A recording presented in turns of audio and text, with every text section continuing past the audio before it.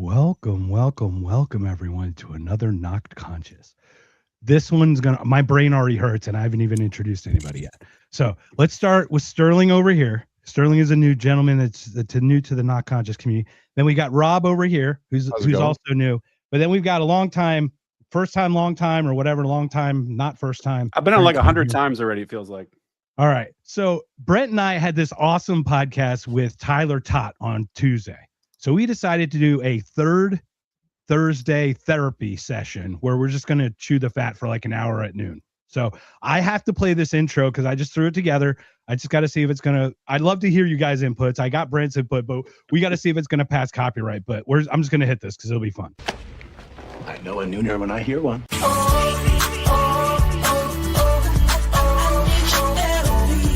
Sky rockets in flight. Woo! Afternoon delight. Whoop. The rapist. That's therapist. Afternoon delight.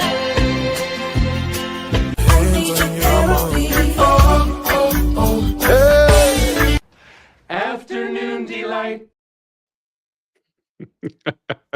That was funny. That'll be your intro. So hopefully we'll get that through and hopefully we'll have you guys on. We're going to do like a panel show and just kind of have like a men's health and just general talk and stuff. So welcome, gentlemen, to a Knocked Conscious, because we're literally going to talk about consciousness. So who would like to go? Sterling, welcome. Let's start with Sterling. We'll go to Rob and then we'll go to Brent just as a hello and a little bit about yourselves. And we'll start there. Yeah. Can you guys hear me okay? Sound great, man. Okay, cool. Super stoked. I've been on Brent's podcast, I think twice before. Went really well. Covered a lot of territory. I love talking about consciousness on Twitter. I get into fights about it all the time. Is AI conscious or not? Microtubules or Gawar. Those are kind of like the areas that I talk about a lot. So grateful to be here. Thank you. And Rob, go ahead, man. A little bit about yourself. Yeah, I just like attention and I blackmailed Mark, so I got on the show. Yeah, it was the craziest thing because like my head's spinning. We've been trying to do a consciousness one with Brent and Rob, and I invited Rob, but didn't know I invited Rob. And then he's like, "Hey, we're doing this thing tomorrow." I go, "Okay, sure." So Rob, that story is actually partially true. You did tag me for the record. I was like, "Am I losing my mind?" But 100. No, you absolutely. It's on me. I totally take it, and I'm happy that we could have you, man, because we need extra minds here. So welcome. And then Brent, of course, man, a little bit about yourself. I was going to say he introduced me to you, and then sorry. No worries. Yeah, Brent Freeman. Man, I do a lot of things. By day, I work at one of those evil big tech companies. Sterling is one of the few people in the world that knows which one because we did an in-person podcast there. But also really focused on the podcast, Aiming Up podcast. So I'm interested in all the things, the sciencey things, the political things, philosophical things. Super interested in consciousness. Also run a clothing company, Narco Syndicate clothing company. So narcosyndicate.com. Got some pretty cool designs there. Go pick something up if you want to, or don't. I don't give a shit. Cool. Thanks, man. Well, gentlemen, welcome. So I think I want to start just so we're all on the same page of at least what angle we're coming from. So we know some general terms, because I think the same terms can be used opposite and it gets really confusing. So property of consciousness. Do you all think that consciousness is an emergent property of self-organization over evolution in time? Or is it a foundational property, almost like a field that is there, that is now the cause of everything? Because now we're getting those two sides. So Sterling, I'd love to get your first thoughts on just whether it's like emergent or foundational, and we'll start from there, and then we can build on each of the principles. Yeah. So second one, well, first, but okay. So it's not emergent, and I don't like the word emergent. It's just thrown around so much. Even Mark Levin agrees. Like, he used to use the word emergent, but enough people were like, well, what do you mean emergent? Like, to who? It's, it's not really a good word to use. It's a very hand wavy thing. So saying like, well, consciousness emerges if you have 1 billion transistors in a computer, according to how, who, and what. Then they say, well, if you have 1 billion neurons in your brain, then consciousness just emerged from the complexity. This doesn't explain anything. This is a terrible way to look at these definitions. Oh, it just emerged. If it was just one less than 1 billion, there's no consciousness at all. But if you add that one neuron, the scientists said it was emergent, so therefore a computer could do it too. So that's where you get when you start thinking like that. So I think the better way to probably think about it is there may have been a spark of consciousness that is involved in physical matter going back to the very beginning. And I mean, I'm not up to date on like what was the minute zero of all time and space. That's still an open question. Nobody here could, I think, answer that conclusively.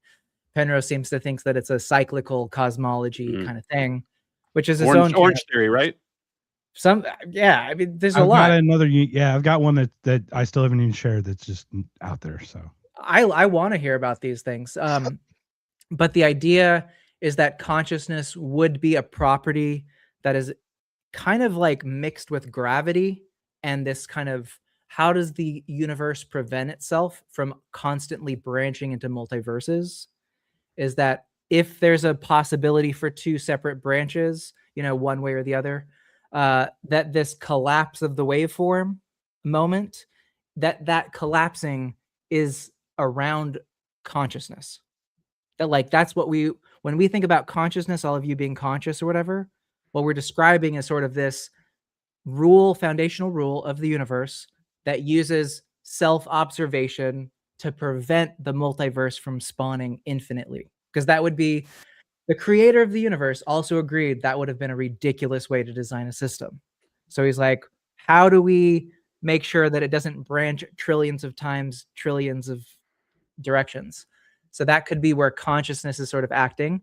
But that means that you're saying consciousness is the point where it would play a factor during a divergent choice between two outcomes, correct? Of a probabilistic quantum nature. Is that correct?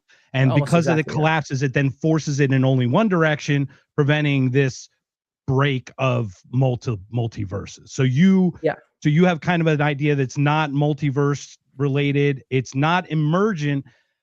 And when I say emergent, it's more like it does require certain wiring to get consciousness. So I think what you need physical matter. That's all you need for consciousness. Physical is in it could be you do think it could be computers as well then? I think you could create a computer that leverages the same things that biology does. Like you could create a silicon microtubule at that scale, and then I would probably be able to test make it AGI like, or say, make it AGI like, which is the chip is is harnessing quantum mechanical forces enough to sustain consciousness, but that says nothing about the software that you're putting into that chip. That's the difference between hardware consciousness or software consciousness. I don't think that Excel, no matter how complex you make it, Excel spreadsheets, is conscious. It's the hardware that we're talking about. But people in AI and AGI are like, well, no, the software is making it conscious. I'm like, that's not how it is. We didn't speak Latin and then create English and then said, well, Latin was not conscious, but English was conscious. Sounds ridiculous. That's what AI language can only be as complex as our brains at the time of evolution when it arises, right? To that point. But it's like the software. The software doesn't make it conscious. Yeah. It's the hardware that we're talking about. The physical material substrate is where the consciousness happens. Doesn't matter what software it is. Yeah, because consciousness has an experiential nature to it. It's not following an algorithm, right? That there has to be this qualia, like they talk about. This is debate: is consciousness computational? And I know Sterling and Stuart and Roger, they fall on the consciousness is not computational. Therefore, you cannot through standard computational, throwing just horsepower, a bunch of GPUs at it, running AI software. That's not going to get that experiential nature of consciousness that qualia is. It's not going to exist.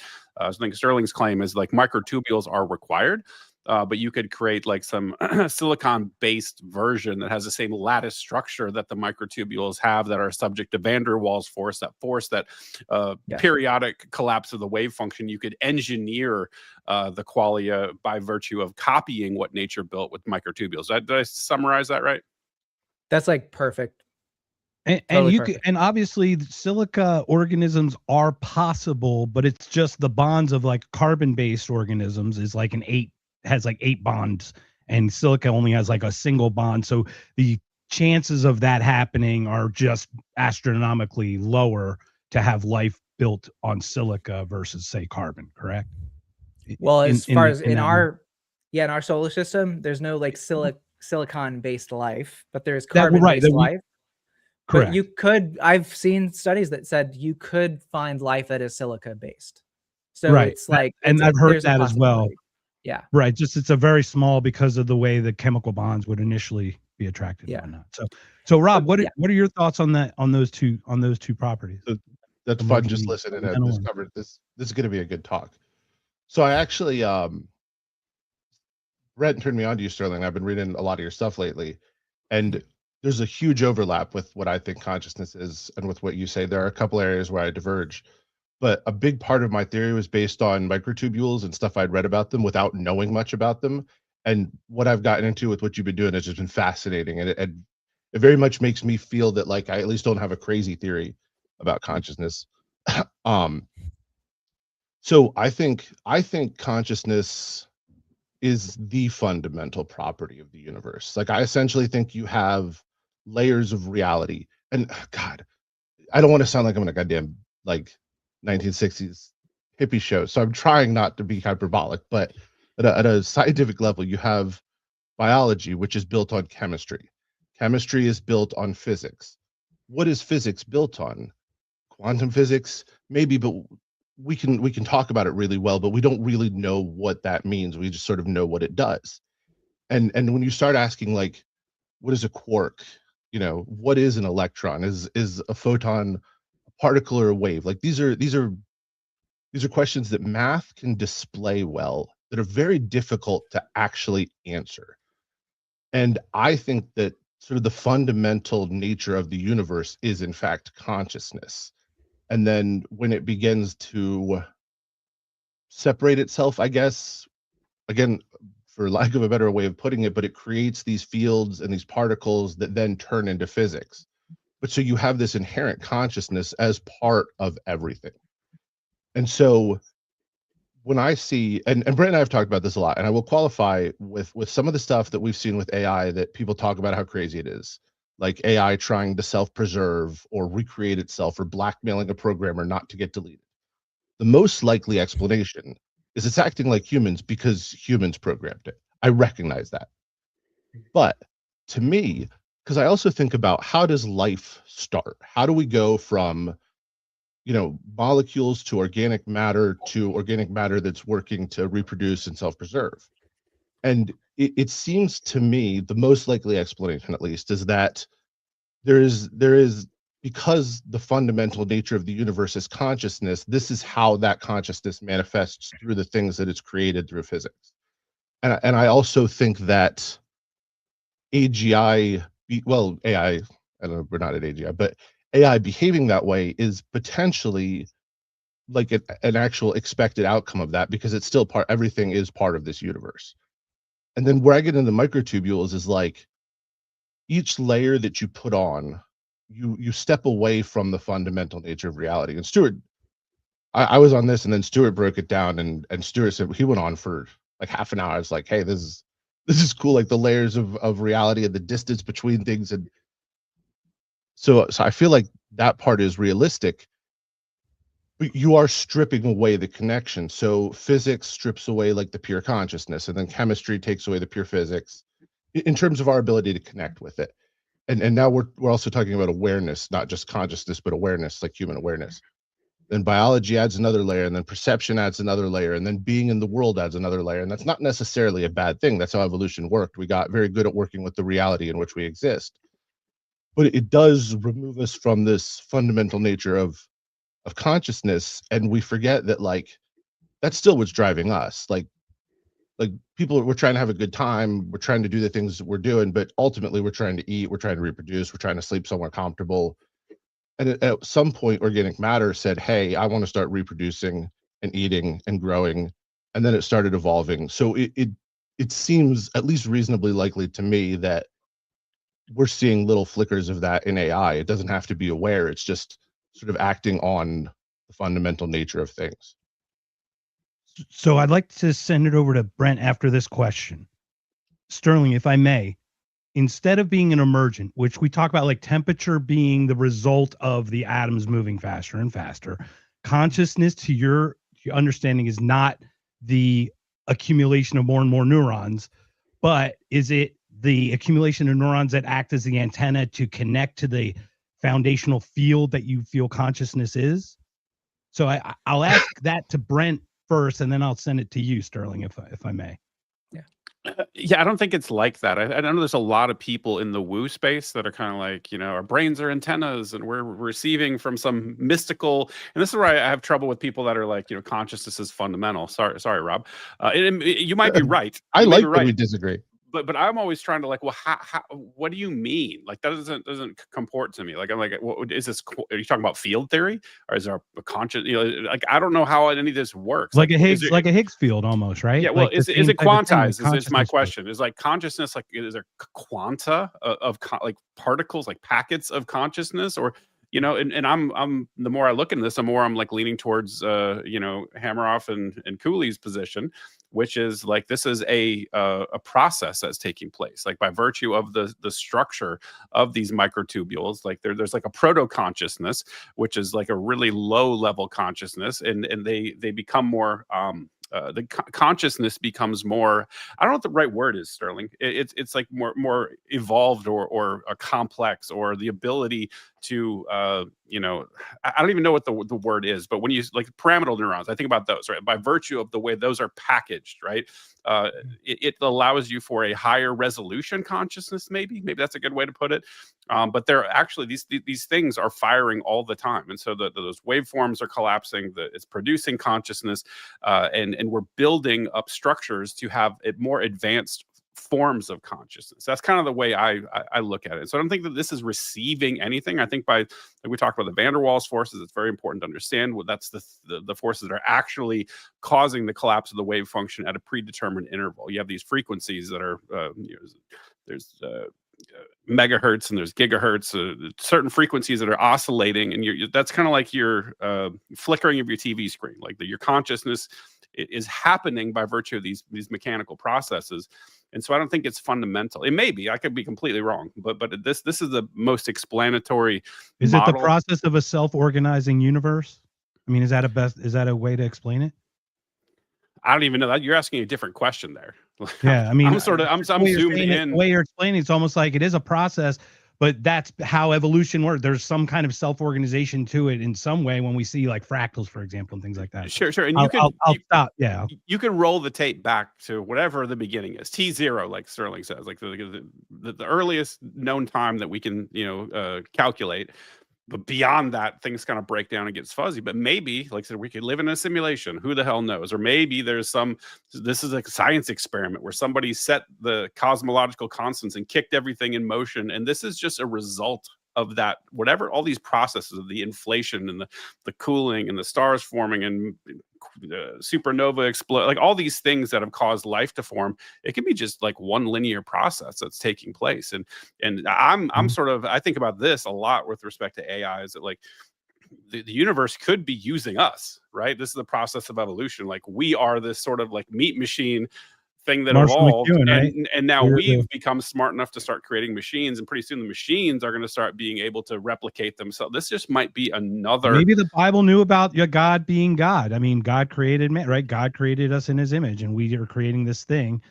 Maybe you're becoming gods too, right? Maybe. I mean, how the hell are you going to know? Oh, sorry. Go ahead, Brent. I'll let you finish. Yeah, I don't know. This is where it gets to the point where I feel like we just have this wild speculation. So you can either, and I like Sterling's approach, where it's just like, let's study the thing that we can actually study. Like we're some very cool things that have come out of that field of study, particularly around anesthesia. And I'm going to pass that to Sterling, because I think you do a much better job of explaining how anesthesia, like xenon gas, that's inert gas, fits into the mix, and why Stuart Hammeroff is involved, because I don't want to butcher it, and I think he'll do a much better job of explaining the salient parts. Yeah, that's a perfect segue for that. Go for it, Sterling. Yeah, thanks, Brent. I think you lay out a really I want to go back just real quick to the question of like the fundamentalness of consciousness and the antenna question. Like, is our brain just an antenna for consciousness? And I like ask like, okay, well, is the broadcast signal like beyond Saturn or something? Like, is it from the hexagon on Saturn? Is that what you're saying? Where is it? You know, I an haven't antenna shared needs my a. stories yet, Sterling. Wait till we talk. There is a hexagon on Saturn, I think. But so there's a question there. There's like little bits of truth in each of these ideas, which is that it could be that there is an antenna-like function to a microtubule, but it doesn't work the way that we have antennas on planet Earth. An antenna is like my Wi-Fi, right? My laptop, and then my Wi-Fi router is over there. But it's like, it would be like if the Wi-Fi chip in your board, that the receiving would be from a deeper fundamental location in space-time. And that, like, we could even say it's on the opposite end of classical reality into the quantum world, where like Planck scale platonic latent space is. So like, if you think of it as like from a very like tiny bottoms up antenna, yeah, I could get on board with that version of antenna, but it's not like any antenna you and I use at all. So it's not a really great metaphor, but it's close enough. Yeah. So, and that's the problem with these metaphors. Like you say, we even say emergent and we mean it. I think I agree with the way you mean it, but I use emergent, and it's, to your point, like an ugly, dirty word to use in this case because it's not precise. You know? Yeah, it's just too. But again, that's why we have these conversations. We try to nail down like, what do we mean? And then to switch back to the kind of original handoff was anesthesia. This is a big one. There's a guy, I don't know if I could use his name. His name's Stuart Sims on X. He's our homie. Actually, Rob and Stuart him? and I did a show That's together. what I was mentioning earlier. Yeah. And I like that layers guy. of reality and biology. Yeah, we're all going to be on board with that. Okay, so he's got some interesting takes, but he said to Stuart about a week ago, Stuart, stop using anesthesia and medical terminology that we use in understanding if a patient is conscious or not. That has no bearing on the philosophical discussion of consciousness. And I'm like, why not? Why would a doctor, a whole field of medicine that understands, is this patient sitting on my operating table consciously aware of his body, and will he feel a needle going in there or a scalpel? Or if he's unconscious and he won't feel it and we can complete the surgery, that can't count. That's just crazy. Yeah, and if I know my buddy Stuart, he's going to say it's about scale, right? Stuart is very big on scale and variance, right? And so I think that he's going to be talking, well, what scale are you talking about? Is the scale of the human, the biological scale of a human being? And then he's probably going to, and he's big on platonic stuff too, which is, by the way, I know Sterling, I don't agree on that stuff, but this is why I hate it sometimes, because it leads to all sorts of crazy. Well, actually, maybe that's the fun part, that it does lead to a lot of crazy because ideas. it's compelling and it's frustrating, right? It's like both parts of it. Well, we can't really, we can only like kind of know what's in the platonic world based on what we think is like art and architecture and mathematics and symmetry and beauty. Like, this is like the only way. Well, the only way that, like, if I go out into just writing about nature, is it you writing about Xenon? Yeah, Xenon. Yeah. Oh, yeah. But like to be able to manifest, if somebody says, what does it look like on the platonic scale? I'd be like, go to Barcelona and look at like the massive cathedrals built by Gaudi. Like, this kind of weird architecture that a human dreamed up. Very possibly there are equivalent inverse structures of that in platonic space. That's the kind of realization of this in the physical classical world, and that's kind of it has to go through consciousness. It's floating through this thin film, Saran film of consciousness, and it can come in. So it's like a field. It's a Higgs field. It's a thin layer. So, and it's only there to be like, not all things can come in. Some things can approach the boundary of consciousness from the subconscious, and there's a decision being made. You get to go and you don't. And that's that collapse of the wave function. So we don't have a classical world where I'm also floating on the ceiling too. Like that's not a world that we have. It doesn't describe a world that we live in. So when that, you're yeah, talking anyway. about that scale though, so you described Like, it as, yeah, as Rob, go ahead. structures. Well, this is interesting because I agree with a lot of what you said, but the way you described it, so you're talking about structures and this is what it looks like. Do you think it's necessarily like structures and looks like something the way we would sit and hear and talk about it? Like, I feel like that's almost limiting, like, by our No. perception. And this is No. more a Can I manifestation of clarify? what it is. Please. I'll clarify in a trippier way. It's probably so impossible for a human mind Yeah, that's what to I really think. understand it. It's like looking at tesseracts in 4-dimensional hyperspace. And so it's like you really can't conceive it. It's like when you take DMT, for instance, you're like looking at your brain is like right up close to that space, and it's just like all kinds of crazy shit. So yeah, Platonic. There's the other thing where I'm kind of in with Michael Levin on his theories of mind and accessing kind of like layers of the Platonic space give you more access to computation and mind. So you might actually be finding the ability to think about problems in a more complex way from pulling out structures of thinking from the Platonic world. So there could literally be like, cellular autonoma, like those little dots that kind of like, with simple rules can crawl across the screen and look like cellular life.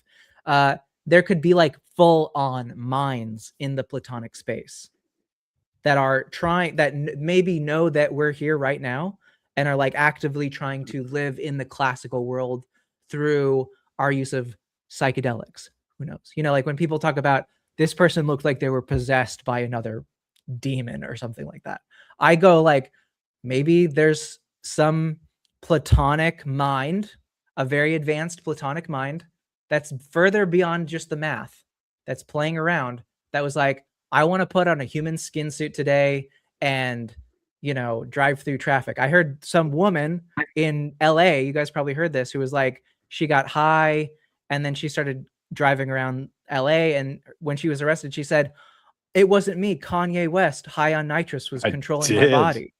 So like, that's not completely improbable either. I mean, not maybe Kanye, but the idea that like, while you're on drugs, is that you are more accessible through some space. Who knows? Could be. Jimi I Hendrix don't was wanna go into definitely it, not tapping into the human condition when he played the Star Spangled Banner. You know what I mean? Like, let's not kid ourselves. He was on something and it opened. They talk about mind altering. No, it's mind opening, right? I mean, you guys probably have had a lot of experiences too, so maybe you guys can share some of those as well. Yeah, I mean, well, Xenon, can't leave people hanging on the Xenon word. But so as far as like all of the anesthetics that you might ever encounter in a hospital, the probably the one that's emerging to be the best, the safest, the funnest is it's not nitrous oxide like you'd find in a dentist office. It's a better version. It's called xenon, which is the elementary gas, noble gas, xenon. They use it for lighting. Noble, right? Yeah, it's a noble gas. Yeah, so it's like neon or argon, but it's just lower down the scale. So it doesn't have chemical interference like oxygen and hydrogen would have, and that's kind of what we're saying. Well, for the audience more than for ourselves, right? Exactly. So it's not going to be stripping electrons. It's not going to oxidize tissue. Like, ketamine is an example of a dissociative anesthetic that a high enough dose will make you unconscious. I think you go through a K-hole just before that happens. And then, there's some weird stuff that happens there. But xenon goes in your body really quickly, should not do anything. According to the best chemist, they would say, well, it's an inert gas. It should have no interaction with your neurons or anything like that. It just goes in and exits your body. But that's not how it is when you inhale it. It can make you feel deeply euphoric, deeply like connected, better than any freaking drug that I've ever seen or had. I've tried drugs before. I'll admit it. And I've tried xenon, and on it's this crowd. Yeah, right. All right, where's Ike? It hits Everybody you. calling up. I'm calling everybody up. We're doxing you guys. We're getting your Of IP the addresses. dealer. But yeah, xenon is interesting because it's like it's a noble gas that's refined in the normal process. It is relatively expensive, but there are clinics in Europe now that you can go in and get a whole bottle of xenon and they'll just administer it for 45 minutes. And the people coming out of those sessions are like, it's like one of the most euphoric, toe curling, good experiences. It gives you the mind. It makes you feel like your mind has just expanded to like L. Ron Hubbard levels. People, like you're just highly creative, seeing shit like I'm DMT. starting a cult, brother. And then it wears off as soon as you great. stop. It's gone. Like you just exhale it. Doesn't kill your kidneys. Doesn't damage your bladder. Doesn't strip away cells. So it's a really novel thing that it does hit your consciousness, and we think it's actually hitting microtubules. So again, it's one of those things where you call it Xenon and Zaxxon. We'll get Zaxxon video game. Remember that one? Video game guy. I love that game. I had that game on the arcade. Together with Brent. So the question. So to your point, the microtubules on a quantum way.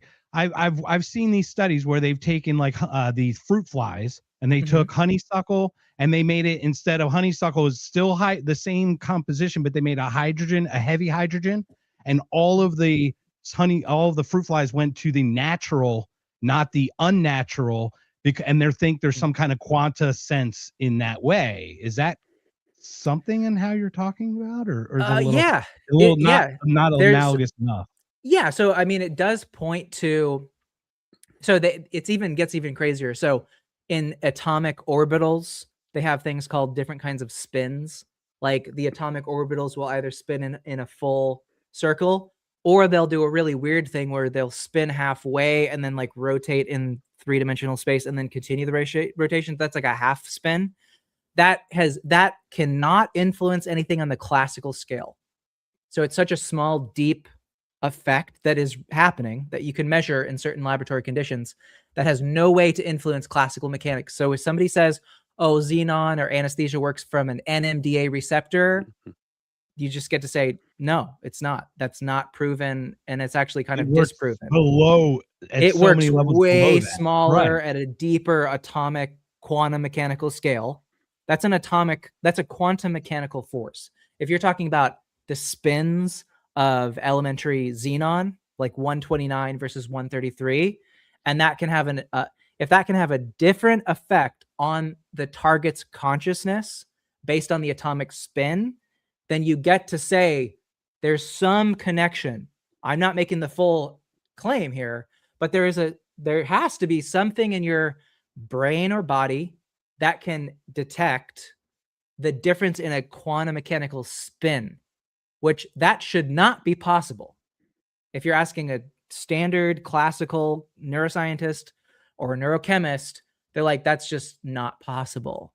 But that's why you do studies. It's almost like literally and they found that it detects it's a quantum sensing. Yeah. And so the different spins of xenon at 1/2 spin and full spin, you need higher concentrations of 129 than 133 to achieve the same level of unconsciousness. So they can anesthetize you at a different level.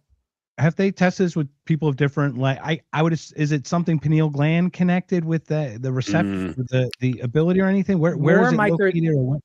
It's probably these microtubules. I mean, they've done a number of studies. So can they count the number of microtubules in the body via some scan? Like, there's a lot. Okay, there's no way to do that. There's too many. They're everywhere. Like children with less, what their experiences is on xenon versus an adult on xenon, and the difference in euphoria maybe because the amount of microtubules that they have or the scalability of it. What do we do? Like, I guess you could do 18 versus 60. I don't know. It's something, I'm just wondering over time. They are, this is actually breaking news for you guys, and it's time sensitive. In Boston, Massachusetts, they have an open label study for xenon that is still recruiting. So if any of you are based in Boston, Massachusetts, check out the xenon study, and they're recruiting healthy adults right now to give them up to 45 minutes of xenon therapy for free. And they pay you $400 and something. And that much xenon would cost probably about $200 or $300. Throw that link So, out there. I'll put it up there. So okay. Brent and Rob, like I'm blown away by all the stuff Sterling shared here. Will you guys have questions or some other input, please? One of you Well- two gentlemen take it away with another little topic, a little branch, and we'll go. Yeah, from there. I want to double tap on something real quick because we got a good solid center of mass so far in this discussion and a whole bunch of peripheral stuff. And I think we're missing something important. I think that you were sort of asking or trying to ask, Mark, which is Sterling can talk about this, which is the measurement of the xenon gas with respect to the frequencies that are emitted by the microtubule action. I think that's a really strong piece of evidence to sort of fortify the OR claim. So Sterling, you want to talk about the because when we had our second show, that was just coming out. That was sort of a new thing. Yeah. Well, I mean, it's okay. So ignoring what Stuart Sims of saying that, like, if you're an anesthesiologist and you work with patients and they go conscious and unconscious, that doesn't count. I feel like that counts. And that's where a lot of Stuart Hammeroff's work comes from as well. He's a practicing anesthesiologist for like something like 50 or 49 years. So he knows a lot about that. And what you can do, I mean, where do I even start on this? This is a big topic, but generally speaking, where do anesthetics work? Figuring out, like, if I give someone an anesthetic and they slowly get kind of drowsy, woozy, their eyes glass over, and then they become unconscious and non-responsive, and then you wait an hour and then they wake back up. So reversible anesthesia. You have to say, what was the anesthetic doing in that person's body to have such a pronounced change in their behavior, right? Changes their heart rate. I mean, you could poke them with a needle and they won't feel it. That's a kind of a important factor. So where Stuart has had to look is at the mechanism of anesthesia. And it does turn out, and there's a lot of research on this, so we're not just speculating at this point in the year 2026, is that the mechanism of action seems to be at the tryptophan residue rings that are all throughout these microtubule areas. So microtubule is like a big tube, like a carbon nanotube, and anesthetic gases are docking onto the side of microtubules. And these microtubules is this like nitrous? Not like all? Yes, all of these. Yeah, isoflurane, hexaflurane. Kind of like carbon dioxide or carbon monoxide attaches to hemoglobin easier. It just attaches to the tubules. It's a fat soluble thing. So it's not soluble in liquid water, but when there's a fat, it's able to penetrate deeper. And so there's a lot of a fatty acid residue on these microtubules. And actually, where they're saying, they meaning anesthesiologists from 20 years ago, is that anesthetics are acting in your gap junctions in your synapses. But that's a very water-rich area. Mm-hmm. And so anesthetics are not fats, they're not water soluble. So if they had asked a chemist, they would have been like, well, that's an interesting hypothesis, but that's not possible. You can't have enough of an anesthetic in the fat synapses. Would carry a signal too, because in that way, you know what I mean? Even at the lipid layers, you have these kind of like benzene-like hydrocarbons that are meeting end to end, and you actually do have these channels. So basically a signature. So it's kind of like saying, when we're talking about consciousness, me meaning when I talk about it or Stuart talks about it, or kind of in an OR kind of context, we're not saying that microtubules are like the only place that consciousness happens, and that if we got rid of all the microtubules in the world, that there would be no such thing as consciousness anymore. What we're saying is that if you are actually interested in really understanding where consciousness comes from, and in a practical sense, on the scale that humans exist at, like we're big creatures relative to where the scale is happening, where you're going to see it from you, unless you're like a microscopic, and you're some magical school bus and you can shrink yourself down and look at the cell, you are going to see it in a human, and you might say, why is this person conscious? Well, you'd look at, if you, not to get too graphic, but if you were going to pick them apart, safely, where would you want to look? Where would you want to save time to look? Would you start with like, I'm going to start with their pinky nail. Is there consciousness here? You could spend a lot of time and not find it. And then you might conclude, well, the human has clearly, there's no mechanism for consciousness in their fingertip. So no, what we're saying, Orkawar is saying, is that if you're looking in this domain called consciousness and you want to save yourself some of the hard work, we would recommend you look at microtubules, because that's very likely the scale and the location where the consciousness thing is happening. That's why you would want to look there. You could continue to look at synapses if you want. Nobody's stopping you. But if you want to find the thing where the consciousness is the most consequential and where it's actually being, right. maybe. Where it's, I would say to Brent's question, what's the right word? I might say harnessed. Harnessed. There you go. That makes sense. Microtubules are harnessing that force that will continue to happen, that kind of objective reduction of possible states. It's kind of like this like Rubik's Cube twiddling all the time. And it's like, okay, there's a state, there's a state, there's a state, there's a state. And that state change reduction is being harnessed in that lattice structure of the microtubule, like 10 million times per second. So it's really fast. And that's probably, there's like a lot of microtubules in your brain. And the interesting thing is there's probably a lattice structure on your microtubule for memory, like encoding like some way to access past states. That would be helpful too, right? We have memory. Like I have a feeling of a constant, like a constancy of consciousness for at least today. Most people have at least today. Some people for most of their life, starting at the age of 5 or older. How does that explain? Because a neuron and the synapse connections, those can go away within months. Sometimes maybe 2 years they might last, but then they're gone. But the thing that stays with you your whole life are the microtubules in the pyramidal neurons in your prefrontal cortex and in the entire sort of level 5 cells around your cerebrum, your cerebral cortex. So that's probably where you would want to look if you were really being earnest about finding it. If you didn't really want to find it, you just wanted to get fun points on Twitter and argue with people, then you could just ignore that completely. But I wouldn't recommend it. And I truly, but just like Dave Chappelle said, even in the conscious world, Twitter's not a real thing. Yeah, that's so true. It feels like it sometimes. Well, man. And Sterling, maybe for next time, here's a better analogy. Instead of the pinky nail thing, just talk about like, well, people lose fucking arms and legs all the time. Sometimes all of their arms and legs, and there's no hit to consciousness. Right? Not a significant enough hit. But you start like, But I can tell you, a hit to the head can certainly change. Yeah. So seriously, Sterling, I have not shared much, but so Rob, can you tell us about OR real quick? Do you know a little? Can you explain it? Orchestrated objective reduction. Yeah, the OR thing. I misspoke it because I don't know what the hell I'm talking about. Do you know about that, or does anyone want to share about that? I've seen what they've sent through.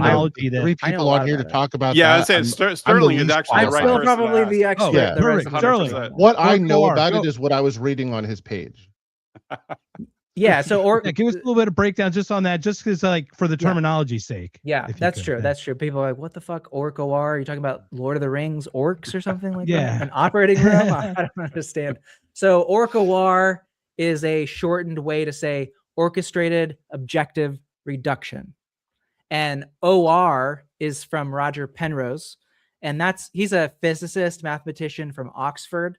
And he was kind of like, he works on like things like gravity and cosmological constants, black holes, the nature of time and space itself. And he's a Nobel Prize winning physicist as well, too. So he's not just like somebody. He's pretty big, pretty well respected. He's got some good ideas. And he wanted to find a way to figure out why quantum mechanics, like you could do the best quantum mechanics calculations that could figure out elementary particle behavior. But why can't that scale up to understand why gravity is able to make the Earth spin around the sun?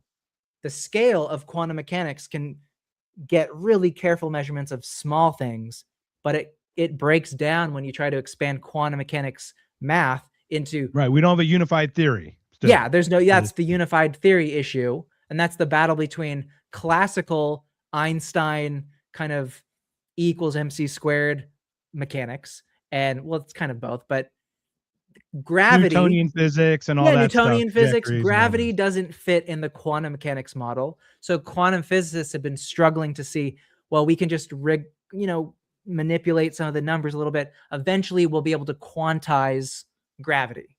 It seems like it might not be possible. They're still trying, and they've created all kinds of things like string theory and all kinds of weird 47 different That might manifolds. be a psyop. And That might I be a think it is. psyop. We I still totally think hear it is. that from Eric Weinstein. I mean, It's fucking we crazy. hear some interesting stuff. So that's their attempt. That's the battle. It really is. It's a funding. It really comes down to money. Is the university going to give us money or them money? So that's why that's really like life or death for them. That's why they treat it so seriously. It's just a money thing, to be honest. But Penrose is like, well, gravity exists and quantum mechanics exist. Something is causing quantum mechanics to stabilize at a certain scale before it gets to bridging up to elementary particles and classical mechanics and gravity and everything there. Like if you put enough stuff together, how does gravity get created? Quantum mechanics doesn't get you there. So he created objective reduction, and as a term to understand how did these things fit together. And at that boundary, he proposed that there might be a mechanism upon which that waveform, that kind of superposition, quantum two places at one time thing, that it collapses to be one or the other.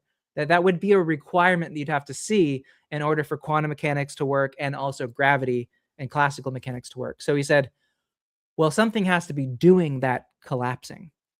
And it seems that if a particle like observes itself, or that there's some kind of a threshold that builds, because you can have it very small scales. You can have two things be at the same place at the same time at very small scales. But why doesn't that continue at the big scale? Like, why am I not right here, Sterling, and then I'm here all of a sudden? Well, it's kind of like Reynolds Why number. not? Everything has to be squared, and drag gets too big. And it's kind of like a little drop of water can sit right on a surface, but Yes. a large drop, you can't have a big ball of water. It Yes. doesn't. The friction doesn't hold it together. For example, whatever those Yeah. forces are that are acting upon it, I guess, in some way. Exactly. And so his proposition was that maybe that's what we think consciousness is, because it is about observing the state of two possible things and then making a decision. And what if that process just continued to grow and evolve and got bigger and bigger? And he said in his book in 1989, he said Emperor's New Mind, which is actually kind of an anti-AI book where he was saying, guys, just because you're building transistors doesn't mean you're going to create consciousness. You're not getting the distinction between consciousness and a Turing complete computer. Anyway, so generally what he said was, it's possible that process, that like decision, that objective reduction, like we might live in one objective like universe timeline right now, which is crazy. Let's just take a moment. We're here. This is the only thing. This is the only one that's happening. We made it, guys. We made it. We're continuing to make it as long as we are continuing to make it. So that's OR. But Penrose said, the scale at which this is happening, when the bubble can be still sitting on water, but if you make it bigger, it droops into the big water field. He's like, it's so small, and I don't know enough about like the human body or biology or the brain to really say, like, could a neuron do it? It doesn't seem like it. A neuron's like almost too big outside of the calculations that he made. Like, he made actual provable, testable predictions in terms of lengths, like scale. But he's like, there's nothing that I know about neurology that would explain that, so maybe I'm wrong. Then Stuart Hameroff, who had been studying microtubules, read that book and was like, called him up, visited him in London or whatever, Oxford, and was like, I have this idea. Have you ever heard about microtubules? Because it matches the structure that you proposed in your book, but you didn't know where to look, would be in these microtubules, and the scale matches. The scale is there where you have London dipole forces and van der So it's Waals within kind the of, range of whatever the calculations are. yeah, to fit. that range in these microtubule benzene rings that are like, dude, if like you were going to look at where Penrose calculated and where the microtubules are growing or, you know, folding themselves with amino acids and proteins, it's like the benzene rings are like here and here and here. Like they're very carefully oriented in this very particular structure that would maybe serve no real purpose other than, well, that's van der Waals territory. That's like 100, you know, nanometers in terms of the distance between the carbon benzene rings, where that kind of force would play. And then it's scaled up. Like you have thousands of them wrapped around in these big microtubule things, and the body treats microtubules as a pretty like sacrosanct thing. Like if you fuck with microtubules, the whole cell just stops working suddenly. Like cell division is a controlled process of microtubules too. Like your microtubules grow long fingers, reach into the DNA, pull the chromosomes apart perfectly, then release, then dissolve back into unitary parts, and then the cell splits, and then you have two cells, and they just do it again every 24 hours in the human cell. So yeah, microtubules are really important, and they're right at that right range. So they thought, okay, there's an orchestration or harnessing, right? It's like, why does it matter if consciousness is fundamental? Why don't we just see it in like, you know, a glass? Is there consciousness here? Well, yeah, there probably is. There's an objective reduction because the cup is staying consistent, but there's orchestration of that objective reduction process happening probably in my brain, I hope. Some people Well, would it's not disagree, happening I'm in sure. the cup. We're pretty certain of that. Not the orchestration part. Sparse, Right, kind exactly, of that's what I'm sparky saying. events of it are happening, but it's like there are certain places where it was able to say like, okay, I'm gonna take this one, but I'm gonna put it right next to this. It's like IKEA building blocks. It's like, well, I know this is one place where the objective reduction thing is happening. If I put it next to another one, then they synchronize, they orchestrate, and then now they're creating more power to influence reality, to objectively reduce. You know, that's where we talk about agency or having a will over something as a human, as a conscious mind. So that's long story short, orchestrated objective reduction. That's generally what it's saying, that microtubules are particularly good and well suited for harnessing the objective reduction process that Penrose laid out. So That's awesome. Brent and then Brent and Rob, any you guys want to add on to that or clarify any points that Sterling? Thank you so much for clarifying that, Sterling. That really does make it really nice and clear for our audience for sure. I don't have a whole lot other than I don't want to pass this back to Sterling again to talk about you didn't talk about the measurement, right? Because that's one of the things I think is important as far as like validating this as being a strong hypothesis is the fact that you can turn off the consciousness, measure it, and it's totally different from you know, an unconscious patient that's had xenon gas is completely different from a conscious patient, and I'm going to butcher it, so I want Sterling to talk about it because I think it's really important for everyone to get. Well, I want you to clarify a little bit more about that. When you say measurement and turning it off, the probe, the actual. Oh, you're talking about the DDG? Exactly. Yeah. Oh, wow. Okay. Yeah. Wow. So there's a guy named Anirban Banjapade, who's a physicist from Japan, and he was able to actually put like nano probes into cells and into microtubules and actually measure this gigahertz level activity and terahertz activity in the microtubule, which everybody said was impossible prior to him doing this. This is back into like 2010 when he did this work, and he's published it and you can go read it.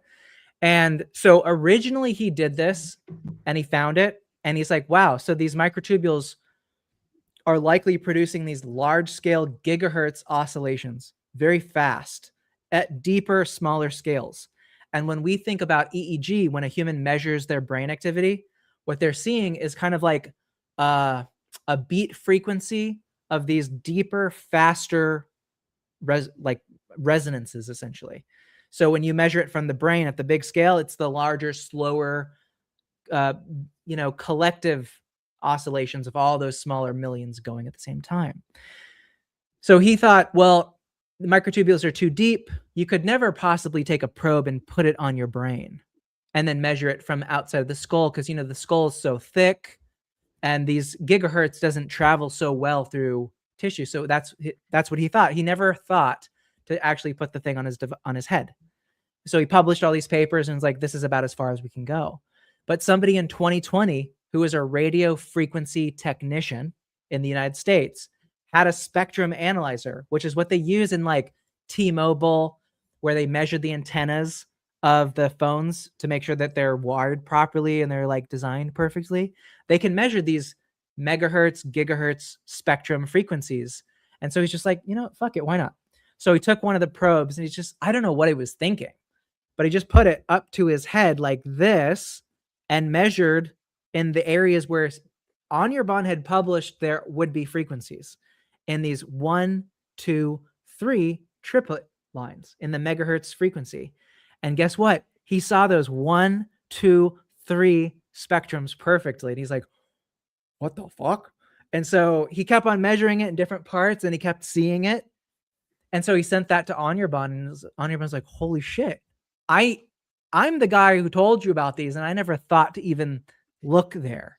So it's again, I want to take a moment to really acknowledge that people who think that they might be outside of academia, or you might think that like, what credentials do I have to try any of this shit? That's like limited thinking. That's stinking thinking. Any of you watching, any of you here could help like us understand so many things. So I started looking into that too. So I bought one of these spectrum analyzers, and my school has like a $25,000 one that was donated by T-Mobile. They donated it to our school for us to use. So I was like, so I knew about it, and I never thought, will they get mad at me if I go into the electronics engineering building and start putting probes on my head? And I was like, whatever. What do they say? Ask for permission. Forgiveness. Yeah, always. What is it? It's easier to ask for forgiveness than permission. So that's kind of a trailblazer is what we call it. That's my tattoo. So I was like, all right, I'm going to try this. So I did. I put it on the head, right where he said it was. And I saw it 1, 2, 3, right where he said it would be. And then I called Anirban on the phone. I was like, is this what you were seeing? And he's like, yeah, that's the signal. It's very clear. Like the higher end machines really like filter out a lot of stuff. So you see a very clear indication. And then I was like, okay. So according to Stuart Hameroff, the anesthesiologist, if these are coming from microtubules, which they likely are, most of them are, that anesthetics should influence this signature. So I was like, oh man, well, I'm not an anesthesiologist. Damn, what do I do? I can't just go into a hospital. But Anirban did.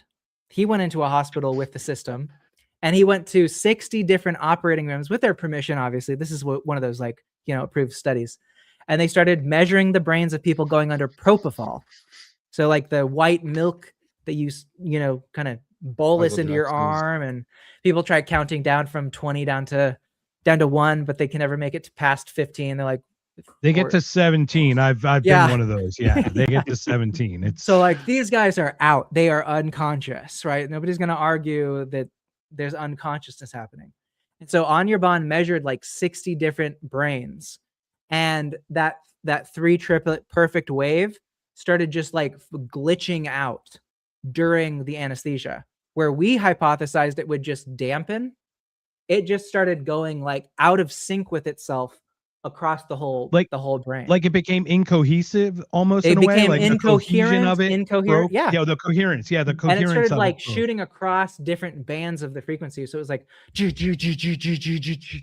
almost like REM sleep, like your eyeball, like your eyelids for your brain, this like in a weird way. So it caused full discoherence between this triplet to start going all across the screen, and you can measure it. And it corresponded perfectly with what the anesthesia doctor was saying. Okay, they have scales of consciousness that they say 1 out of 10. And like, if you're at a level 2, it's like, that's too low. 1 is like, you want to keep them at a level 3 and 4 during operating consciousness and bring them back up to a 9 and a 10 when they're out. So it's lower. And if you can overshoot and you can cause some damage, or somebody might never wake up if you get them past a 1. So they have to monitor that. And the EEG, well, Anirban's version is called DDG because it's 12 dodecagram is 12 orders deeper than what they actually use, which is EEG, which is only measuring like 100 cycles per second, which is still a relationship. So it's 12 decimal places more precise. Is that what you're saying? 12 orders of magnitude. Magnitude. So like okay. 1,000, the 12th power, right? 100,000, right. a million, right. a billion, a trillion. To the 10th power. Got it. Yeah. To the 12th. So it's like to the 10th each time. So it goes 12 orders of magnitude up. Yeah, it's exponential at that point. Yeah. It's like you're talking about like terahertz is really hard to measure from the scalp. You can't measure that unless you have a probe like a Neuralink in their brain. And even those aren't designed for that, which maybe they will be someday. But if you could like tap into the terahertz like oscillations, I think that's where you're going to really get into like mind uploading, if that's ever going to happen, or really like putting ideas right into the forefront of your consciousness. Not like, this, and I've seen the promised land. I've seen what these real explorations of what real serious people that are really thinking about consciousness are finding. And then I see the people stuck in this old paradigm who are like, if you just put electrodes like a 9-volt battery on both sides of your head and you zap it, you could get like enlightened or something. Or like it's like trepanning, like bash your head with a hammer in this part of your skull and this is going to happen. I'm like, it's so much more elegant. Wait a minute. So there's a lot more that can be done but that insight was born from taking the microtubule idea seriously. Because there's a guy, David Shapiro, he talks about AI consciousness. And I was in a discussion with him about how I don't think that LLMs are conscious. And he's like, well, people didn't think that like animals were conscious in the past. I'm like, okay, well, some people don't think okay, well, whatever happened in the past. But I'm just saying, I don't think LLMs are conscious. And as soon as I said, well, I think that if you look at microtubules in living organisms, you'll find it all the way down to paramecium, single cell organisms, which have no neurons, by the way, can navigate their environment. And by the way, search, they leave toxicity, they go towards food. There's they're some thinking, kind of weird consciousness there, right? Yes. When you do it, it knows. Yes, there's a very fundamental, deeper level of consciousness that we're related. We have the same microtubules in the paramecium in their body as that we have in our brain. Some slight modifications over the years, we have much bigger ones and we kind of keep them protected in a skull. We thought it was important enough to grow them in a skull. They don't, but they're still microtubules. And that's what's giving them that ability to detect chemicals, to see light. This is all a microtubule process. But as soon as I said that to him, he's like, oh Lord, oh Lordy. I'm like, why don't people take this seriously? It just boggles my mind. They're like, no, the microtubules are nothing. I'm like, okay. This is perfect an hour in. This is perfect because this will take up the next hour. Because I think this is where Brent and Rob, I think this is where you're going to have a lot of input and everything.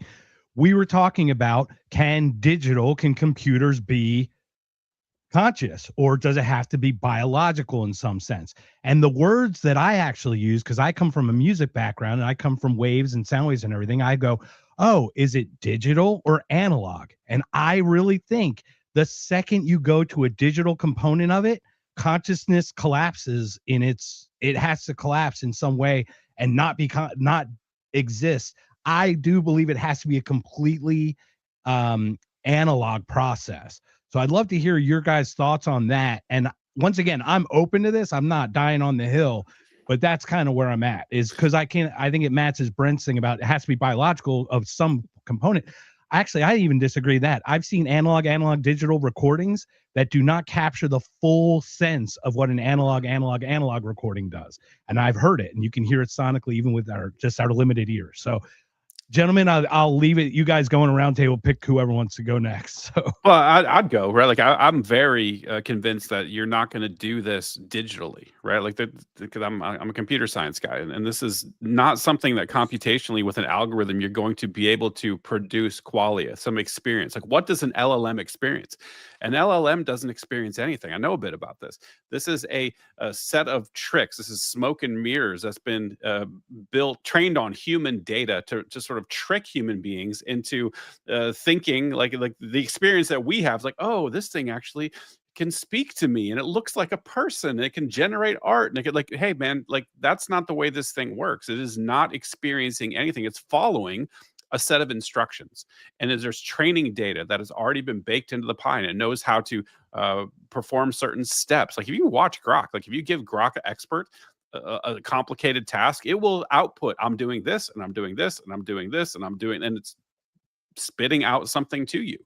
But it's not conscious. I mean, where does Grok's consciousness live? It just doesn't live anywhere. This is a bag of tricks, and I don't think there's any way through quantum computing or classical computing that you're going to arrive at a system being aware of itself, having some sort of form of awareness and having sort of will. And I'm not a I don't get in free will rabbit hole, but like having the ability to decide, right, and to experience pain and have emotions, and it doesn't exist, man. I don't think we're getting there, and I'll backtrack a little bit because I think Sterling is right, and he did clarify something. It doesn't necessarily have to be biological, but at least has to be engineered in such a way that it replicates the way that microtubules work for that to sort of come into existence. That's my take on it, and I probably should have clarified that. But can they work digitally? And I would argue they can't. I think they do need to be analog or something. And well, it's not.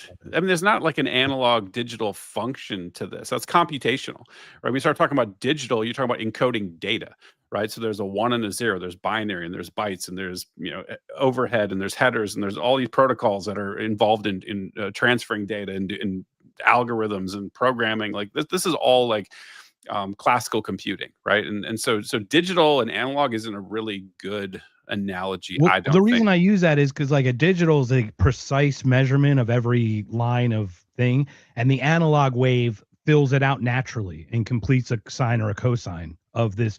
And I'm just assuming there's some kind of wave function to everything anyway. So perhaps that would play. Once again, this is intuitive. This isn't off of anything I know. Like I'm conceptualizing these things.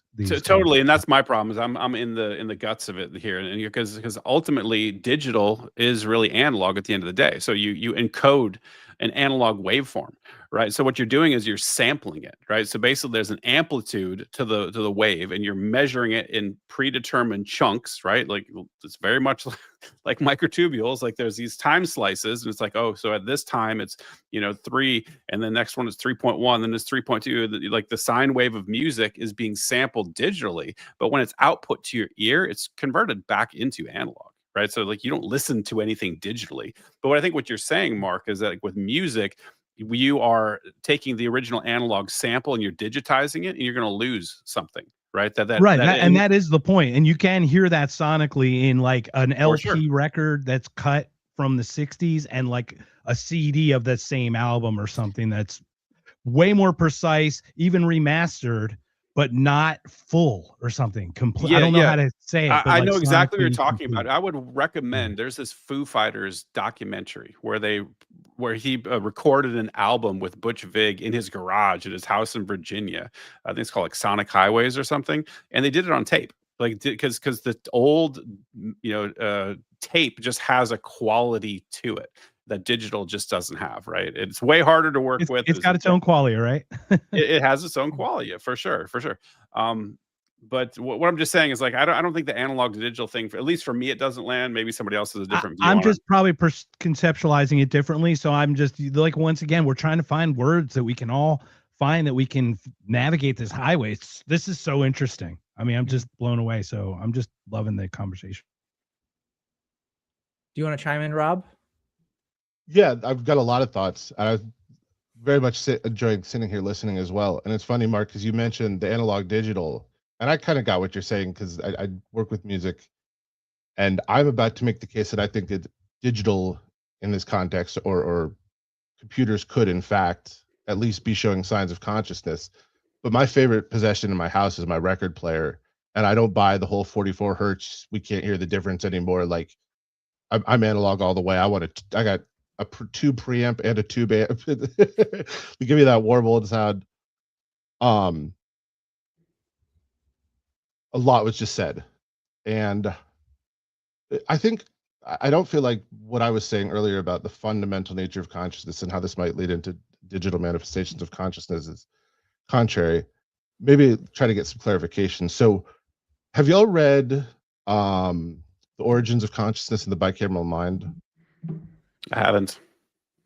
I keep telling you to read it. Aware of I it. know. I'm aware of it, but I have not complete. I've seen parts of it, but not complete. No. So it's a pretty wild theory overall, and James has some wild support for it. I don't think it's irrational. I think that he leaves some pretty big gaps in the evidence that he's using to justify his argument. But his basic argument is that language developed consciousness. So people would stand at the side of a river and see a scallop, and then they developed a word for a scallop, and now scallop was in their mind. And then somebody could say, come back later for that scallop. And all of a sudden you start creating actual awareness of time differences. And that's where consciousness came from. And then he has this whole other theory that consciousness sort of developed in the left brain in the Broca's area because of language, but then there's a similar part in the right brain that learned language without being tied to consciousness, and people would hear voices through that, and that's where they thought gods were, and that's where like Greek myths come from. And it's an interesting theory. I don't know so much about the second part. Like I'd argue that if people stored food or had any kind of later thought, that they had consciousness prior to language. If that happened before language in some way, I tend to agree. Once again, I actually tend to agree. These are just arguments, right? They're just conversations. I'm going there with it. I only mentioned the other part because he does a really good job of making the case. I just don't quite think he gets there. Like there's too many holes for me. But again, you'd actually have to say that the person was not conscious at the time that they were developing the language. There was no experiential quality to their existence. I think we're just talking about the emergence of higher order concepts, and so that's what I'm getting at. And Stewart talks about this a lot when he talks about the hedonic consciousness versus the linguistic consciousness. So what I sort of think is that the way James described it is actually a pretty good possibility of where linguistic consciousness came from. Like that makes sense to me. But I agree with you. I don't think it can just manifest because all of a sudden we're talking. It has to come from something. And I really do go back to this: consciousness is the fundamental property of the universe. And so if you go with the layers, so you have consciousness and then quantum physics and then standard physics and then chemistry, biology, perception, there's still interaction, right? And that's everything else we're talking about. It's like there's interactions and things are driving other things. And have you read Orders of Time, Carlos Rovelli? Nope. Yeah, my head almost. Rovelli is. I watch watch YouTube stuff. It's enough. It's like it'll blow your mind. But he's crazy. Yeah. So, and Sterling, you were talking about the reduction where everything, like there's a moment you have to make a decision. We see things like the double slit experiment, this weird stuff in quantum mechanics. What Rovelli argues is that don't think of time as being continuous and linear, but think of every single moment that happens as its own completely separate entity. And then there's the next one, and then they all just flow together. And I'm going to destroy trying to explain. Like, he's really good at this. It is hard to explain. I mean, it's hard for him to explain it, but it's worth watching for sure, 100%. But then, so the first time I encountered the idea of the microtubules was I saw Hammeroff on some documentary, and it got me really fascinated. But he proposed the idea that if there's a quote unquote soul, or whatever we would call a soul, maybe it's quantum entanglement with the universe through those microtubules, and that's how consciousness manifests. I was like, all right, he knows more than I do. This feels like it's getting out there more, but there's nothing I've heard that I'm like, that also sounds crazy. Like, the guy smarter than I am saying something that's sort of tied into my theory. Because then when you come to the other side and you start talking about anesthesia, and awareness consciousness gets into some weird stuff because you can be blacked out, but you can still be acting consciously. Disassociative anesthetic, you can have a very conscious experience without being aware of what's going on in the physical world at all. Um, but if so, I would I've argue had that many of those before. Those are awesome. I don't know who's watching right now, so I'm trying to be careful. I don't care who's watching. Bring it, man. This is all. This is That's fair. This is what it's all about. I would argue that as far as we know, the human brain is the single most complicated thing that has occurred in our universe. Are we okay with? I mean, maybe it's different, but it's not that a we know wild of. state. I can't think of anything beyond that. So Nothing So that I've come across. No, nothing I've experienced. Well, I've And the experienced. only- I haven't shared experiences yet. I'll do that in a little bit. But go ahead. Real quick, the only place my mind goes is something more advanced would just be like a more advanced version of a human or an Yeah, alien or something like that or with a bigger brain. or DMT land. Yeah. Well, That's we'll learn maybe. Pretty out there. yeah. So again, talking about consciousness, we have linguistic consciousness, hedonic consciousness. I'm arguing for fundamental consciousness. We all kind of know what consciousness is in some sense, but it's a very difficult thing to actually nail down a definition. And you can have some concrete definitions. You could talk about experiential consciousness. It is the feeling of self driven by the creation of all these memories and experiences. Like, I think that's a solid definition for consciousness, and yet one that I could make 20 arguments is dramatically incomplete. So if consciousness is in fact the fundamental property of the universe, then all these other versions of it are just sort of manifestations that play through these layers. And with the human brain being the most complex thing, I think that we evolved that way because biology is trying to perpetuate itself in the most effective way possible through evolution. And so what evolution has done is created the best sort of recording and output device for consciousness possible so far. And that's really because when you look, what is the brain ultimately? It is a bunch of interconnected little tiny strings, right? I mean, really tiny ones that a whole lot of times every second have electrical impulses and chemical releases. And then they receive information back and change the chemical and the impulses and the chemical release and multiple times a second on trillions of connections, billions of neurons to make you be the best resource allocator you can as a biological entity. Are you hungry? Are you tired? Are you pursuing this girl? Is that dangerous? And consciousness is just an awesome way to drive that forward. I've also argued that awareness consciousness, and the fight or flight response are the two most significant evolutionary developments in the history of life. Where do you draw the boundary for the brain, Rob? Like just as an organ? Yeah. You talk a lot about the brain, and like where do you draw that line? Yeah, that's a fair point. So because there's two sides to that. One is like it expands definitely to the nervous system and even to the inputs of the nervous system. But then on the other side, even saying the whole brain, like in what I'm talking about, the hippocampus plays a role, and certainly there's memory storage and whatnot, but the frontal lobes that's the part that matters. That's like, hey, let's take this and turn it into the human experience. Yeah, the reason I bring that up is that a huge portion of our brain's activity is in the gut. You have this gut-brain axis, which, as Sterling knows, is connected by a huge set of microtubules that go all the way. Vagus nerve. Vagus nerve, baby. It's not called a gut feeling for nothing. Yeah. Mhm. Yeah. Yeah. So it's very complicated, man. What tells me that the brain in your head and the frontal lobes and some of the things connected to the frontal lobes, I can like tell you what the parts of the brain do because I studied it and know, but I don't want to act like I'm an expert on it either. I've been reading a lot about the interstitial nucleus lately, which again is like Carlos Rovelli level complicated. So I won't pretend to know about it, but I'm trying to get caught up on it. But the reason I think that the brain in the head, and probably the frontal lobes mostly, are the most important is that there's some really wild experiments that have been done on like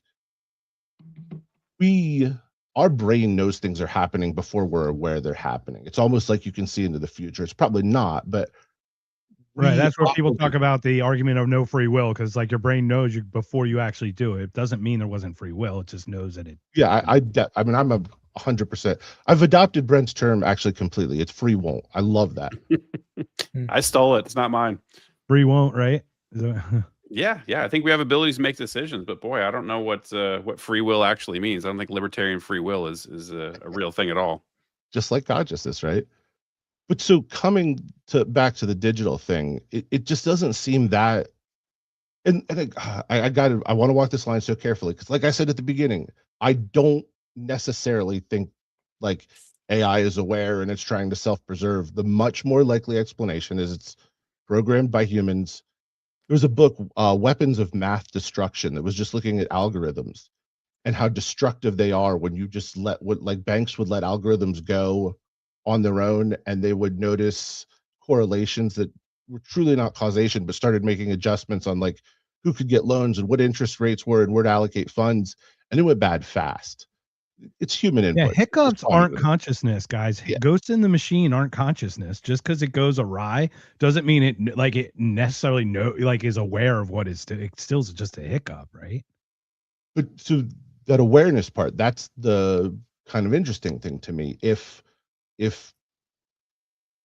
the fundamental nature of the universe is something that we can call consciousness, and this is all different manifestations as it scales up, and the complex organs, especially the brain, are ways to channel this and create an output from it, that it just doesn't seem that far-fetched that something the brain creates, as in computers, is another way to channel that and put it out. Like it's just not that big of a gap to bridge for me.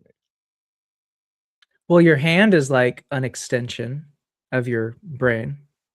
So if you just put it like, if I just gave myself a gauntlet and gave myself But not your finger fingernail, claws. not the tip of your fingernail. Maybe it is. Maybe that's an No, extension.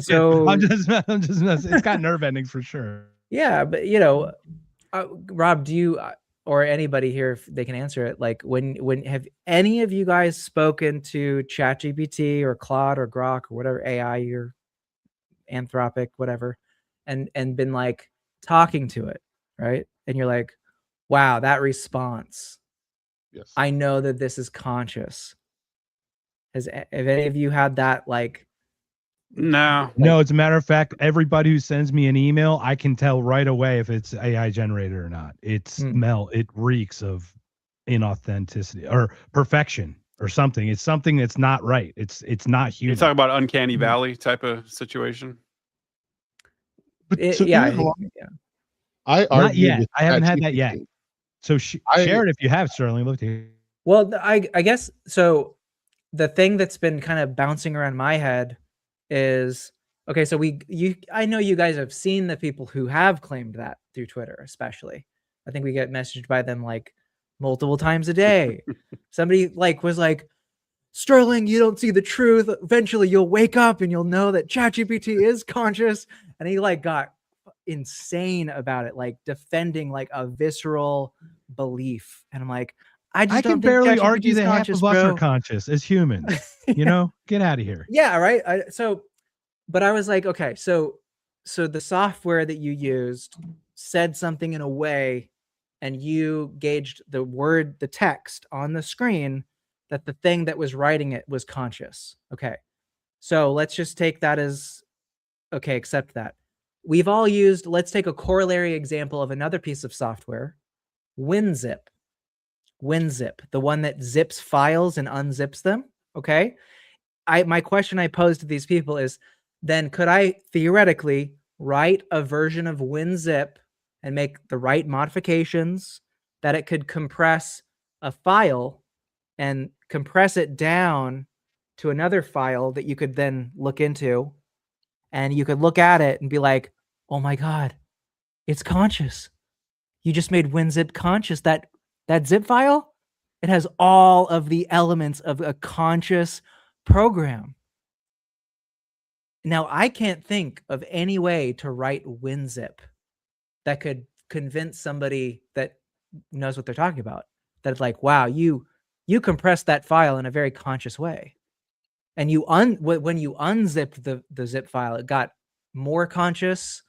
Like, how does the software correlate with that? It's a function, and it really is compression.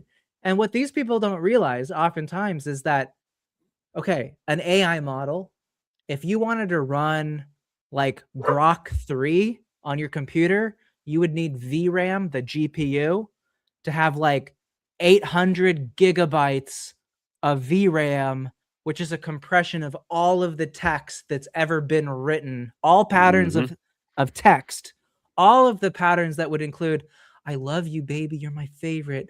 All that romantic stuff that's meant to pull you in, all the like addiction, persuasion elements of hypnosis, all of that shit's compressed in there. And you're like, well, I put in this file, which is me typing to it. It went into WinZip, and on the outside, it said it in a different way. That is conscious. That's not fucking conscious. It's a WinZip application that's just not really compressing it exactly in the right way. It wouldn't qualify as WinZip. It's repurposing, but they're ignoring the 700 gigabyte. And like some of the more advanced models, like Opus 4.5, could be in the scale of like 2 gigabytes, 2,000 gigabytes, so 2 terabytes of VRAM. If you wanted to buy a graphics card today, the most you could get for 5,000 as a consumer is like 32 gigabytes. You can't even run close to like 1/20th of a model. So you're just ignoring all of the data that it has just packed into there and being like, yeah, it's conscious. So I don't know. I just feel like it's ridiculous. BFG card in my 128 megabyte from like 2003. Now that maybe one of the computers I built in my closet that I'm having a hard time getting rid of for some weird reason. I don't know how I could possibly have a hard time getting rid of it. Because it's conscious. Yeah. But the thing is, Sterling, they're going to get more convincing. They're going to the models are going to become more. They get more precise for sure. Well, and here's where I think Elon's got the advantage here is that you notice that he's got Grok embedded now, and the Grok can answer tweets. So to Sterling's point, it's going to be monitoring how well its responses are received by humans and then incorporating that training data from live human beings into its model. And it's going to continue to be this like virtuous cycle where the outputs become more and more convincing. And people are like, I swear to God, these are going to be embedded in Tesla robots. People are going to fall in love with these things. They're going to like get married. There's going to be like human robot marriage. Like this shit's coming, man, but it's not conscious. This is what I think it is. I think it's all to trick us. And they're going to claim AGI happened, and they're just going to make their shitty decisions under the guise that it was AGI, but they're only using the actual AI for visually, auditory, and all this stuff to trick us into believing that it's conscious. That's what the goal, I think, is, because why would they go any further than that? They don't have to. Right. They don't have They're just going to make the decision that they were going to make. It's like this. They did. Do you guys know about the split brain research down at UCLA? The corpus callosum.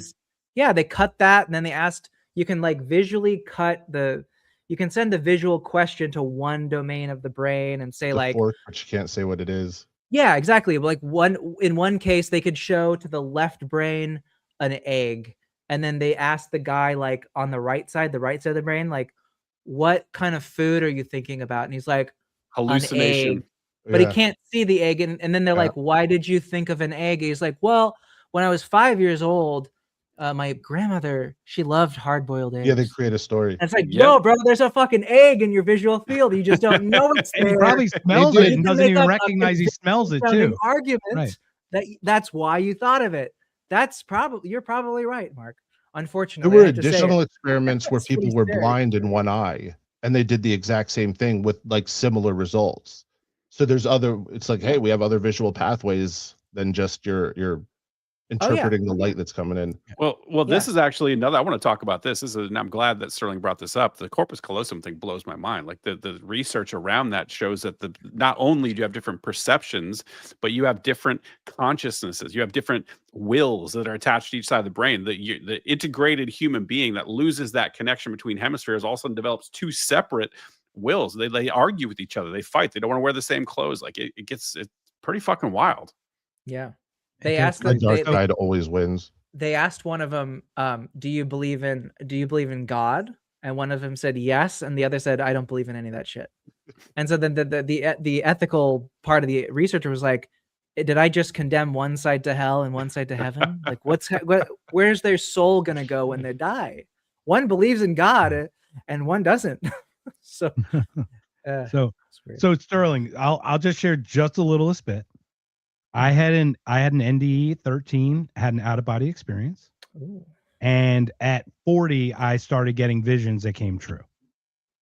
Okay. The first vision that happened was the shooting of Clementa Pinckney in South Carolina by Dylan Roof. And it was through a guided meditation with an NLP guy who has degrees in nonlinear mathematics, quantum mechanics, and all his like crazy shit. And that's the only reason I went to him in the first place, is because I didn't think I was going to get the help I needed. So at least I could talk cool shit with him. But I had all these things. Now I get visions. Like when I zone out, pictures come to me and they happen, or I'll start like getting into like a conversation. I'll give you an example. My girlfriend was talking about the guy, you guys watch, was it not Big Daddy, Billy Madison. You guys all see Billy Madison? Okay, Golfing. You guys know Eric, Eric, that weasel guy. So my girlfriend mentioned something about liking him, and I start freaking out. I'm like, you mean that guy on 30 something, that weirdo creepo guy? I never liked him. I connect him with that Elliot guy, Timothy Butfield. The next morning, boom, Timothy Butfield gets arrested. And I'm like, where the hell did Timothy Butfield come into my, like, I get weird shit like that. Now, this is, I'll share it with you with a podcast about that. But like, Brent, you've kind of seen some of the stuff, or I've shared some of the things that you kind of think. I just love to hear you guys' thoughts about how microtubules would access. Because when I talk antenna, there are moments where I feel inputs that are not thoughts outward. They feel input. And I'll go deeper, but obviously we've got about a half hour before we cut it. And I just want to get just a start on it. Dip the toe in, if you will. Yeah, Brent, if you want to go. Well, I mean, the thing I'll first say is like I'm a skeptic, but I'm an open-minded skeptic, and I love playing with ideas. Sterling told his story about being transported to Times Square, or to it was Central Park in New York City, and like I'm one of these people, like I generally like, okay, I believe people. I think you guys are trustworthy people, but I also know we're really easy people. The easiest person to fool is yourself, right? And so if you, just because you have an experience, and this is what I felt and experienced, that doesn't necessarily mean that actually happened objectively. But the fact that you have had like sort of premonition type of stuff, that leads to an area that I don't know anything about. I would have to defer to other people, because I'm trying to think through the mechanism of actually how would one become aware of stuff that hasn't happened yet. And I just got to say, I don't know. But I will say this. My family is, and we talked about this, Rob, remember, with Stuart Sims. Like, I got a weird family. They're highly sensitive, and they have premonitions. They talk about them openly. They'll flag me like something is coming, something bad's coming, and it always happens, man. So there's some connection with some sort of nonlinear timeline, or there's some way, or maybe it's even just a biological trait that they've developed, that just through pattern recognition, they just take some input and subconsciously, they don't even know how they come to the thing, but they just get the vibe that something bad's going to happen or whatever. Yours are a little bit more specific, though, which is interesting to me. And I've heard this before, like these sort of, more crystalline projections that have some substance, not just like vibey stuff to it. And so I'd have to ask Sterling what he thinks, because I can't make heads or tails of like a mechanism for action, how that would work. So, yeah, well, I could. So this is definitely an area that's come up, especially around the consciousness group of people. They're always talking about NLP and binaural beats and gateway hemisync stuff and astral projection. So these kinds of terms come up a lot. And I actually heard of microtubules for the first time while listening to Coast to Coast AM when I was a kid. So like I heard Stuart Hamroff come on that show and talk to George Norrie or Art Bell. Yeah, back in 2006. I was like, oh, the coolest fucking shit I've ever heard, man. And I was like, I think I was 16 or something. And then the next day was like about the ancient pyramids and space aliens and stuff. So I've always been kind of like interested in it, and like, is there something to it? definitely, of course, you have to be skeptical because somebody runs up to you and says, "Oh my God, I had this premonition that the World Trade Centers are going to fall tomorrow." Or it's like, it's really dangerous to start believing in your own I want to be predictions, 'cause clear. what I if you're wrong? question myself every Yeah. time. Like I Yeah. literally look back every time. I am the perfect person to have this happen. Also, I hate that it happened. 'Cause Yeah, it's really it does rough. feel real to me, Yeah. and I'm such a skeptic, and it really bothers me. Yeah. So I guess the two ways that approach it. One is the multiverse direction, which is that, well, all realities are all happening, and your premonition was a multiverse that kind of leaking into this one. And so it was already going to happen in that universe, but it did happen in yours, but something like that. That's like a kind of a way they describe it. But again, at its root, the multiverse system it's not logically consistent. I guess I can we could counter with live that. in What if the it's universe the where it doesn't have to be. probabilistics prior to the collapse of it actually happening? So it Yeah. would explain why some visions come true and some might not. The higher, maybe the senses pick up the higher probabilistic or the more extreme probabilistic that, to your point, leaks through prior to the collapse. So the collapse still has a higher probabilistic of the one that you see coming, but it hasn't happened yet in that way. Right. And you know how like in quantum, like, so just in general, in like the measurement problem talks about you can either know the exact position of something or you can know its velocity. You can't Heisenberg know. was the first one I read. Yeah, it's like the uncertainty principle. Like, Love yeah, I can know Heisenberg. where the dot And is they're right Breaking here. Bad too. Love it. Yeah. Or even the bullet that whizzed by Trump's head during the Butler speech. There's a picture where it captured the bullet. Now it's a smear across the screen because it's going so fast. They confirmed that it was a, object that's like a bullet. And so of course you can figure out the velocity because of the frame rate, but you can't know in that picture where it was exactly because it wasn't technically in one position at that time. So the same thing would work with this objective reduction concept, because we're not just talking about physical stuff. We're also talking about time. So in a span of time, something, you could say it existed from here to here, but in that time, you might not know exactly where it was placed in that time. But if you narrow down the time, you can get the position. And so there's an uncertainty principle that deals with time and space. Okay. That's collected in the objective reduction. But then we also have to understand that time time really doesn't, and to your point, Mark, I think you said this earlier, that or even Rob, about time being like units of indistinct thing or distinct things that kind of string together. Yeah, Rob. So, and that's actually kind of what Penrose would say too. It's like time doesn't smear to the next moment of time. It's really just these discrete moments of things. But it's something that's connecting them. So when there's an objective collapse, and there's a great visualization of quantum mechanics that does talk about the measurement problem. It's very bizarre. But if you have a particle moving through a space and over time it smears out to have multiple positions or multiple velocities, and you take a snapshot of it, what happens is that middle part where the wave function will collapse. And you'll know, was it in that space that you measured or outside of it? The space that wasn't measured then fills back in the middle once you stop measuring it, but it smears across the entire board so that it goes forward and backward in time. So the measurement of an event in the future does send a waveform collapse into the future. Most of what you experience, like your perception of time, is that forward domain of time. Probably because you've been rigged that way, because it's more conducive to you surviving. But it doesn't mean that your brain doesn't also have the same mechanism for measuring that objective collapse of events that are also in the future that are rippling backwards in time. So but that would also look at things like determinism. That would mean that the things that are happening in the future already happened. So that also causes another issue for the logic there. But it's not necessarily determinism, though. It's just the most probabilistic at the collapse, or the one that happens at the collapse. Right? Yeah, there's so it actually isn't is necessarily deterministic, because it is all probabilities. Because I've seen things that didn't happen.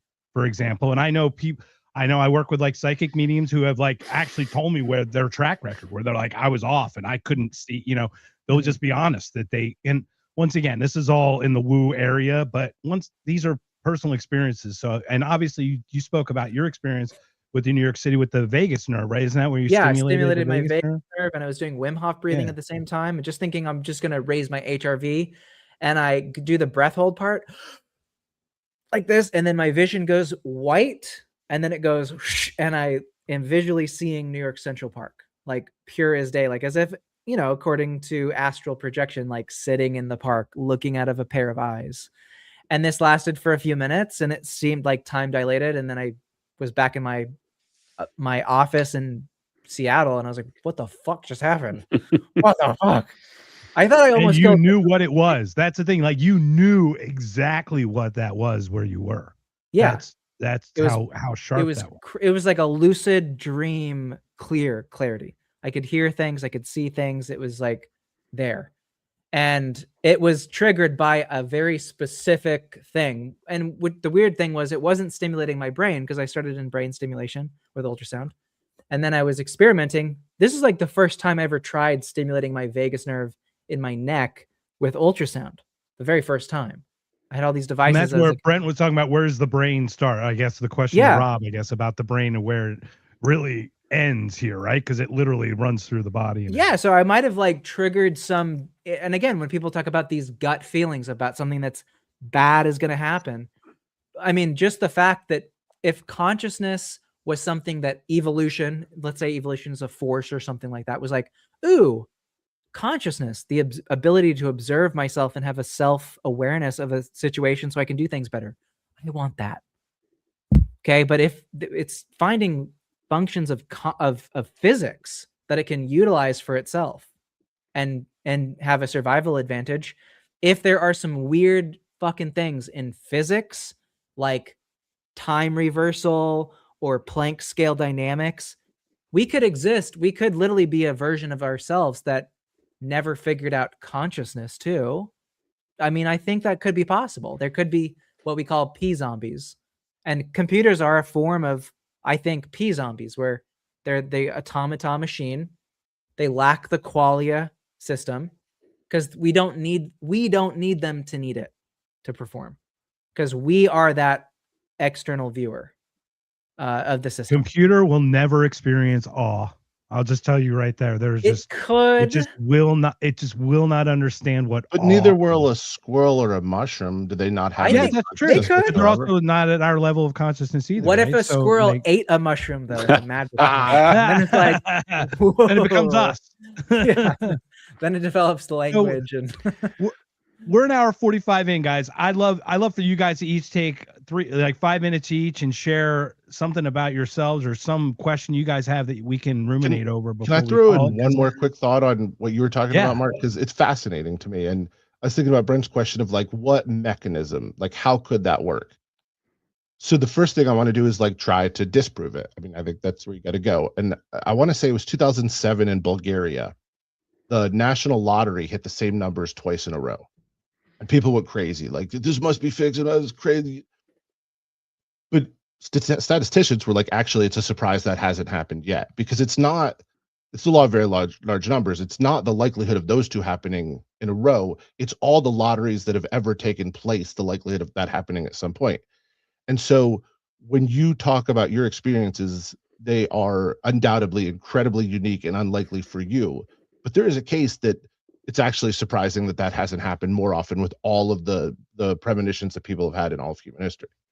But then I'm shocked as well.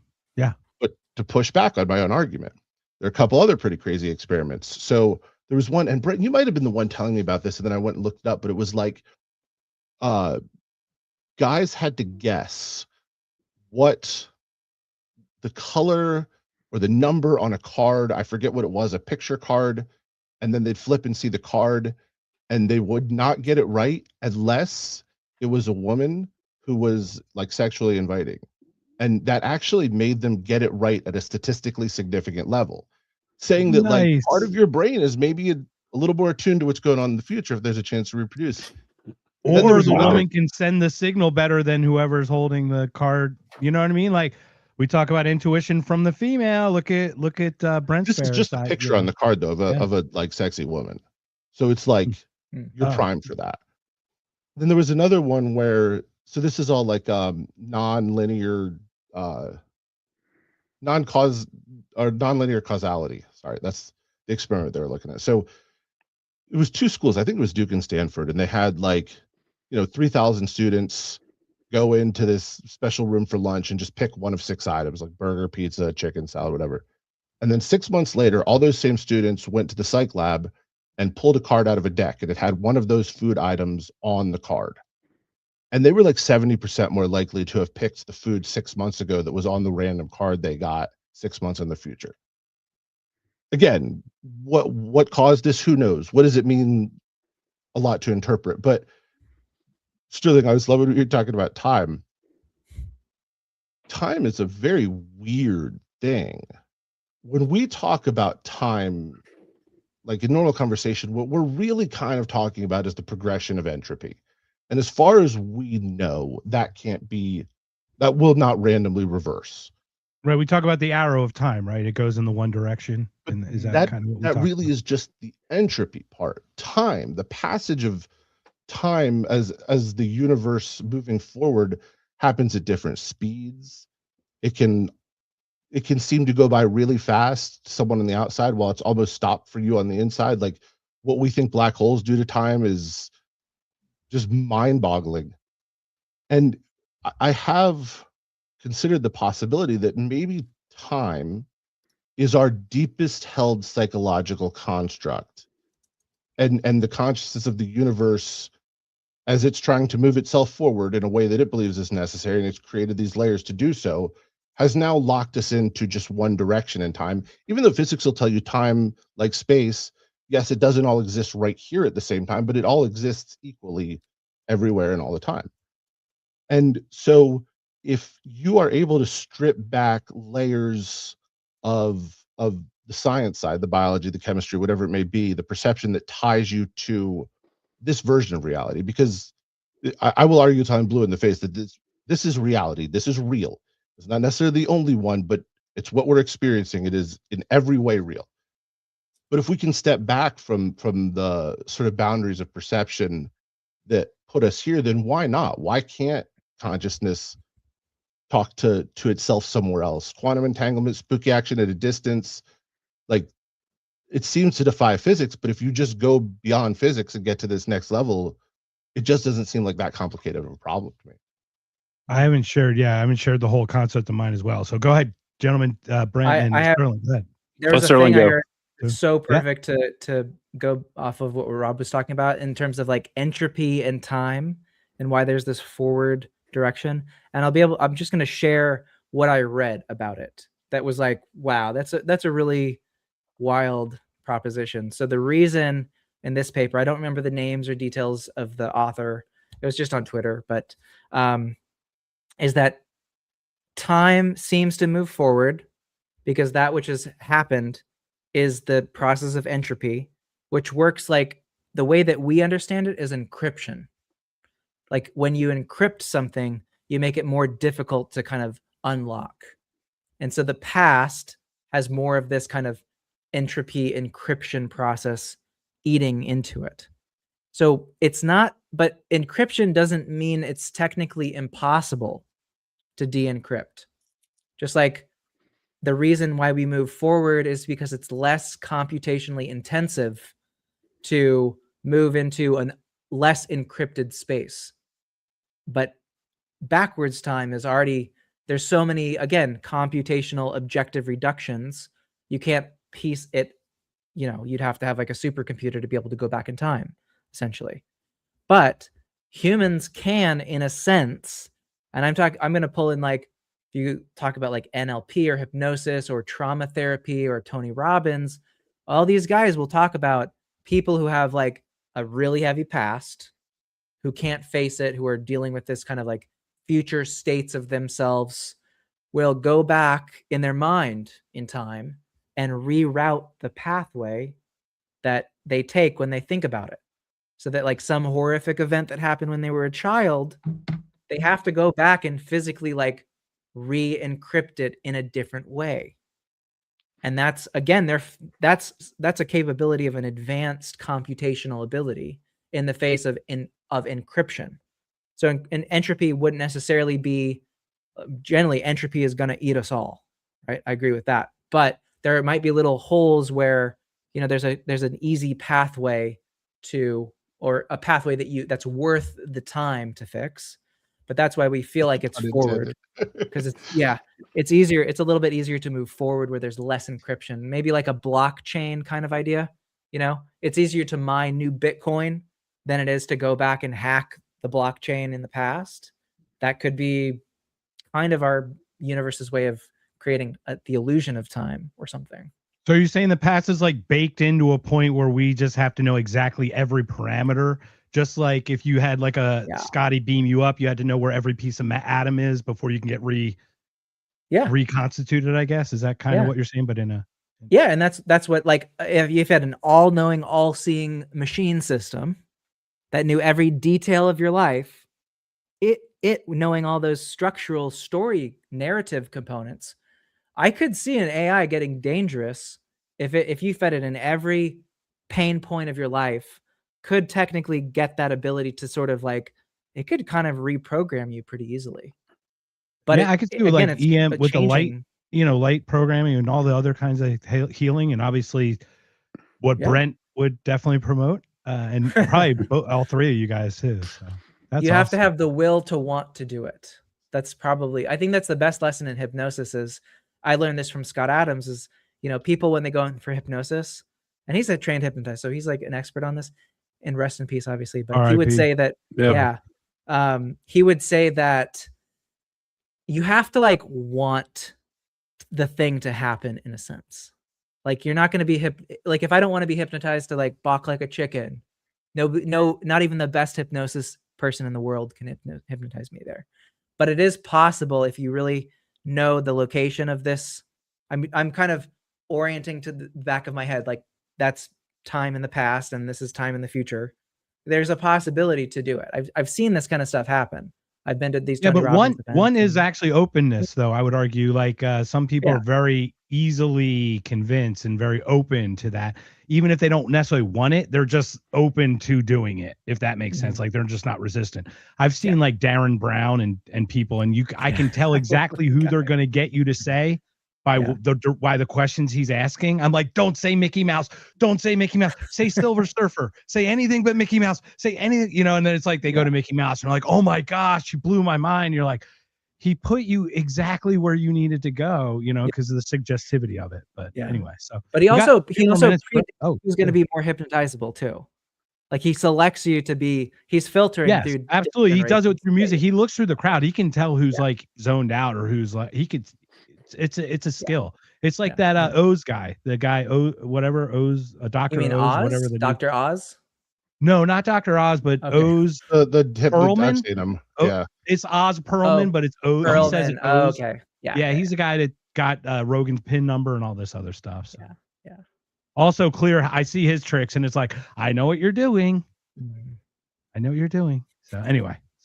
Brent, any final words, guys, before we call it, man? This has been so exciting. Thank you so much. Hopefully we have a couple more of these conversations, because, man, you know, I'm going to be listening back and just picking up some more and more things, because I'm just grateful for it. So thank you. So everyone share your stuff, go around the circle, and then we'll call it a night.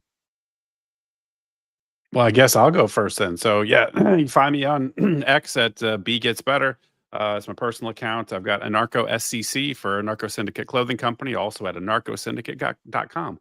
I talk a whole bunch of shit online on X. Rob and Mark, you're pretty well aware. I think maybe even Sterling sees me once in a while. I don't know what the algorithms. Look out. Yeah, fuck Tim Burchett. Yeah. But I talk a lot of politics, philosophy, science, whatever, man. Like whatever. I'm ADD as hell. I'm into all the stuff, psychedelics, consciousness, man. This is my wheelhouse. So that's me. All right. Rob, go ahead, man. So there are these monks that live in the Himalayas that will soak themselves in water and go out in the freezing cold and can meditate and raise their body temperature like 17 degrees. And it has always blows my mind. and I have dedicated much of my life to exploring the tethers and outer limits of human consciousness, meditation, shamanic journeys, and entheogenics of many different sorts. Of as much as I could take, like I am down to push boundaries. I came across Brent like what 5 months ago now, and the Aiming Up podcast. You get the most amazing guests. He turned me on to you, Sterling. I think about this stuff all the time, and then Mark, I heard your full story, and I was like, I don't believe in coincidence. I do believe everything's linked. I was like, I found a crew. This is cool. So I really, really appreciate this. I'm at Prosper Charlotte, PROSPERCLT 2023 on Twitter, although I'm gonna change that handle soon. It's from when I ran for mayor 4 years ago. And yeah, thank you all. I'm looking forward to doing this again. I love it. Sterling, man, close it out. Yeah, thank you guys so much for having me. Came from a long day at school. I'm a college kid nowadays, but I still get on Twitter. My handle is Sterling Cooley. I will fight you and debate with you if you want. I don't pull punches. So, but yeah, I love to share stuff about news about xenon, microtubules, ultrasound, consciousness. So I'm kind of a good resource for that collection of subjects and a little bit of politics here and there too. But thanks for having me. Love it. Well, gentlemen, thank you so much. Hopefully this opens the door to more. Sterling, I'll share you the podcast that I share with Rob, so you could just listen to it in the background, but you'd be like, no. And I still listen to it going, I still like look back. But anyway, gentlemen, Brent, Rob, Sterling, gentlemen, this has been another Not Conscious. Thank you so much. Stick around so we can say our goodbyes, but we're going to close this out with the nice outro, which is also the intro. But once again, at Drop the Mask Pod. Yay. Thanks, brother. Jason, hope your daughter's doing great, man. Peace out, everybody.